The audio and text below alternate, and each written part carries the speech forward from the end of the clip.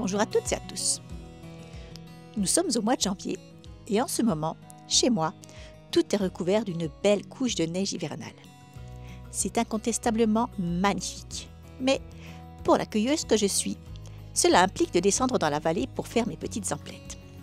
C'est l'occasion de faire une belle randonnée, mais pour être honnête, en plein cœur de l'hiver, même à plus basse altitude, les récoltes sont plutôt maigres. Et le peu que je trouve, comme par exemple ce joli bouquet de primes verts, je préfère le laisser aux animaux qui en ont bien plus besoin que moi. Il y a cependant une plante qui traverse l'hiver sans sourciller. La voici. Vous la reconnaissez certainement. C'est le lierre grimpant. Alors attention, le lierre est toxique, surtout ses baies. Désolé les gourmands, mais je ne vais pas vous donner de recette aujourd'hui.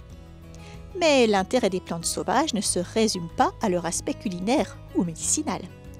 Depuis des millénaires, les plantes nous accompagnent pour nous loger, nous chauffer, nous habiller grâce aux fibres textiles et elles peuvent également nous servir de produits ménagers. Et c'est cet aspect des plantes que je voudrais vous présenter aujourd'hui avec ma recette de lessive au lierre, que je vais vous dévoiler tout à l'heure. Mais avant cela, je voudrais vous dire quelques mots sur cette plante fabuleuse et trop souvent mal aimée. Le lierre grimpant, Hedera helix en latin, fait partie de la famille botanique des Araliacées. C'est une liane, et oui, tout comme les lianes qu'utilise Tarzan pour traverser la jungle à vive allure. Le lierre porte le triste nom vernaculaire de bourreau des arbres. Mais cette dénomination est la preuve de la méconnaissance de cette plante qui ne nuit en rien à l'arbre qui lui sert de support. Au contraire. Le lierre puise sa nourriture dans le sol par ses racines et ne s'accroche à son arbre hôte que par des crampons qui ne blessent absolument pas l'arbre. Il monte verticalement le long de son tronc sans l'étouffer, s'adaptant à la morphologie de celui-ci au fur et à mesure de sa croissance.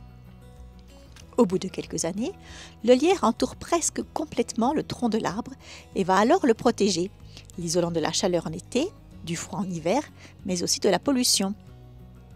Ces feuilles mortes fournissent par ailleurs à l'arbre hôte un apport d'humus constant. Contrairement à ce que l'on a longtemps cru, nous sommes donc ici plutôt face à un cas de symbiose que de parasitisme. Par ailleurs, le lierre est une véritable manne pour la faune sauvage. Il vit en décalage par rapport aux autres plantes de nos sous-bois. Il fleurit tardivement, en automne. Ses fleurs, disposées en ombelles de 15 à 20 rayons, sont plutôt discrètes et passent plutôt inaperçues avec leurs 5 pétales d'un vert clair et leurs 5 étamines aux anthères jaunes. Mais elles sont très mellifères et offrent leur pollen à une multitude d'insectes quand il n'est plus possible d'en trouver ailleurs. Quant à ces fruits, ils arrivent à maturité à la fin de l'hiver, lorsque toutes les autres baies ont depuis longtemps disparu dans des estomacs affamés. Ces fruits sont toxiques pour les mammifères, mais les graines qu'ils contiennent font le bonheur des merles, grives, mésanges et autres passereaux. Ici, sur cette image, ils sont verts, mais ils deviennent noirs à maturité. Son feuillage, très abondant et persistant, fournit par ailleurs un lieu de nidification parfait pour nos amis à plumes, ainsi qu'un refuge idéal pour une grande variété d'insectes tels que le papillon citron ou le paon de jour par exemple. Le lierre est donc une plante très précieuse pour la biodiversité. Sur cette image, on peut voir côte à côte plusieurs feuilles de lierre. Comme vous pouvez le constater, elles ont des formes très différentes. Les feuilles qui se trouvent sur des rameaux rampant au sol ou grimpant sur un support ont 3 ou 5 lobes. Mais lorsque la liane arrive au sommet de son support et, ne trouvant plus où s'agripper, se met à pendre dans le vide, alors les feuilles deviennent entières avec une forme plus ou moins allongée. C'est sur ce dernier type de rameau qu'on trouvera fleurs et fruits. On trouve du lierre terrestre partout en France. C'est une plante très commune. Il peut vivre jusqu'à 150 ans, voire plus, et mesurer jusqu'à 30 mètres de long avec un tronc qui peut mesurer jusqu'à 15 cm de diamètre. Bien sûr, il ne grimpe pas seulement aux arbres. Tous les supports sont bons pour l'aider à se hisser vers la lumière.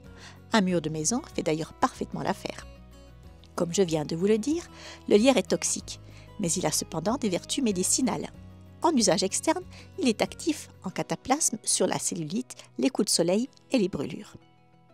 Il doit ses vertus principalement à la présence de saponosides dans sa composition, et ce sont également ces saponosides qui lui confèrent le pouvoir de mousser en présence d'eau, et c'est pourquoi il peut être utilisé comme un savon ou comme lessive.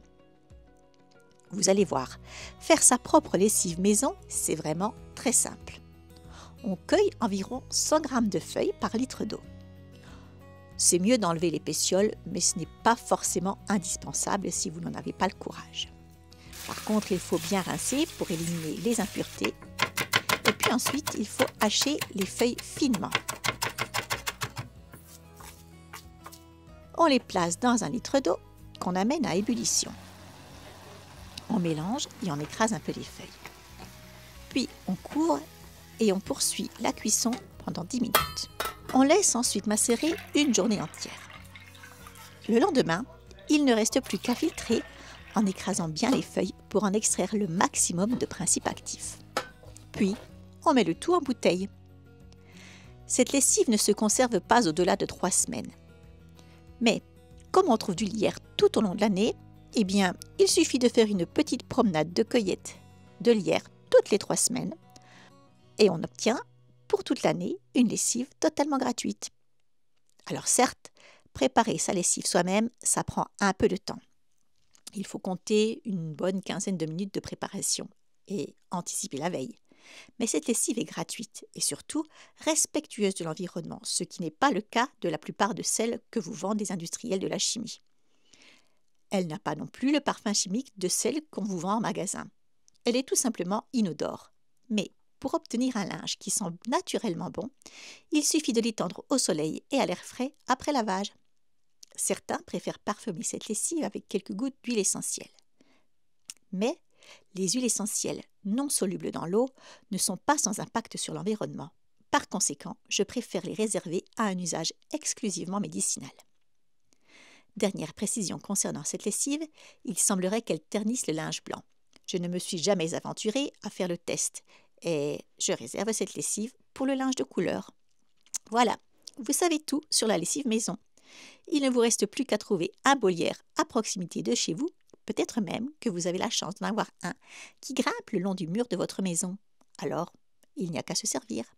Bonne cueillette, et si vous désirez en savoir plus sur les plantes sauvages, abonnez-vous à ma chaîne.